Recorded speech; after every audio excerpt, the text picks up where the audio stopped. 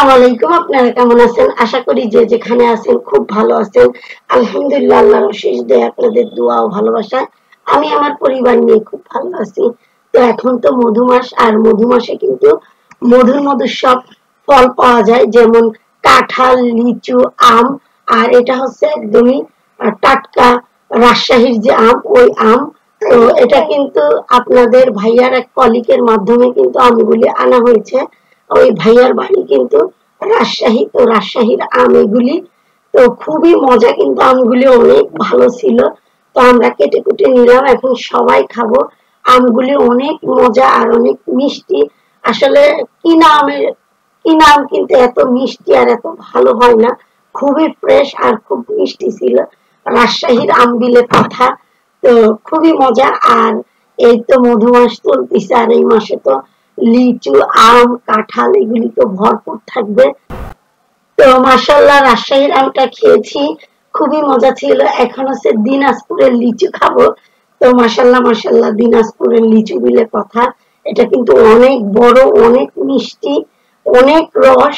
কি বলবো, দিনাজপুরের লিচু বিলে কথা, অনেক বেশি মজা ছিল। এইটাও আপনাদের ভাইয়ার এক কলিগ, ওনার নিজের গাছের আহ লিচুটা এনেছে, একটু কমে আমাদের থেকে মানে নিয়েছে। আর ঢাকা থেকে কিনতে গেলে তো চড়া দামে কিনতে হতো, এত মজাও থাকতো না। তো দিনাজপুর থেকে ভাইয়া লিচুটা আনাইছে, আমাদের থেকে একটু কম নিয়েছে। অনেকেই নিয়েছে কলিগরা। তো খুবই মজা ছিল। আসলে কথাটা আমি সেইভাবে বলতে পারলাম কিনা বুঝতে পারতেছি না, তারপরে চেষ্টা করেছি। এটা দিনাজপুরের লিচু, আর লিচুটা খুবই মজা। আর আমার বাচ্চারা অনেক বেশি পছন্দ করেছে। আমরা কিন্তু ভালোই কয়েক বছর ধরে কিন্তু দিনাজপুরের লিচুটা খাই। এখানে কিন্তু বিচি নাই বললেই চলে, একদমই অল্প বিচি, কিন্তু খুব মজা। লিচুগুলো অনেক বেশি মজা ছিল। এরপরে আমরা একটু বেরিয়েছি, কারণ হঠাৎ করে একটু বের হইতে হলো, মানে একদমই প্রিপারেশন ছাড়া একটু বের হয়েছি, খুবই ইমার্জেন্সি বিলে। তো যত বেরিয়েছি, তো বাচ্চাদেরকে নিয়ে একটু টুকিটাকি যেগুলি দরকার ওগুলি একটু কিনবো, ওদেরকে একটু খাওয়া দাওয়া করাবো। রুকায়া কিন্তু ওর বাবাকে দেখে খুব খুশি হয়ে গেছে। আমরা কিন্তু একারাই গিয়েছিলাম, তো ওর বাবাকে দেখে অনেক বেশি খুশি হয়ে গেছে, বিরক্ত করতেছে, দুষ্টামি করতেছে, এটা নিচ্ছে ওইটা নিচ্ছে। তো ওকে একটু চুপ করে বসাইলাম।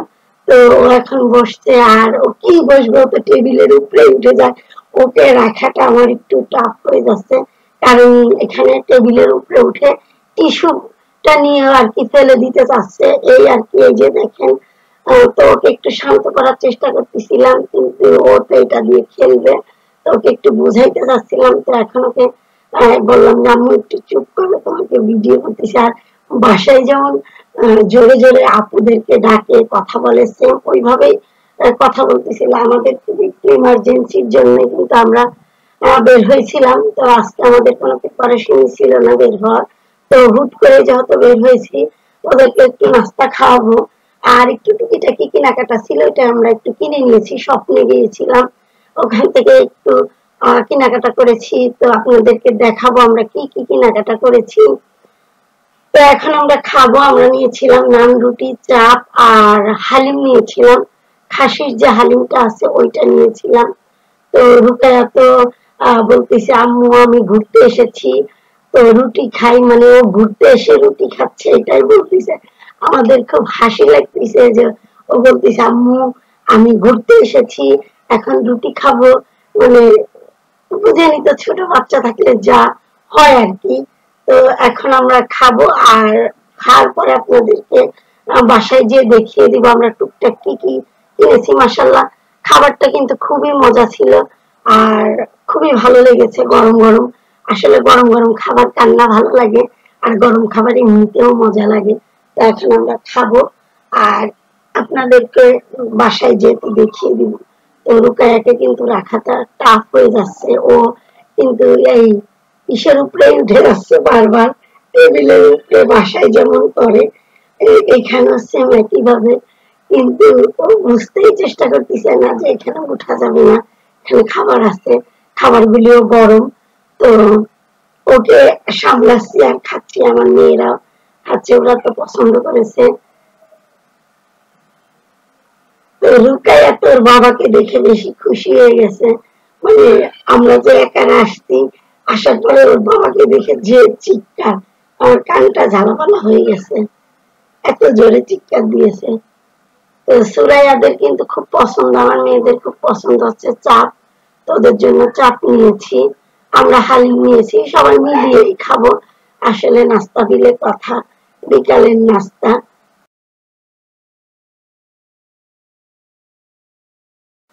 আসলে এই মানে হুট করে ওইভাবে বের হয় না, কিন্তু আজকে যত হুট করে বের হয়েছি, একদমই প্রিপারেশন ছাড়া, মানে খুবই অল্প টাইমে কিন্তু বাসা থেকে বেরিয়ে গেছি, আর খুবই ঝটপট আমাদের টুকিটাকি কেনাকাটা হয়ে গেছে।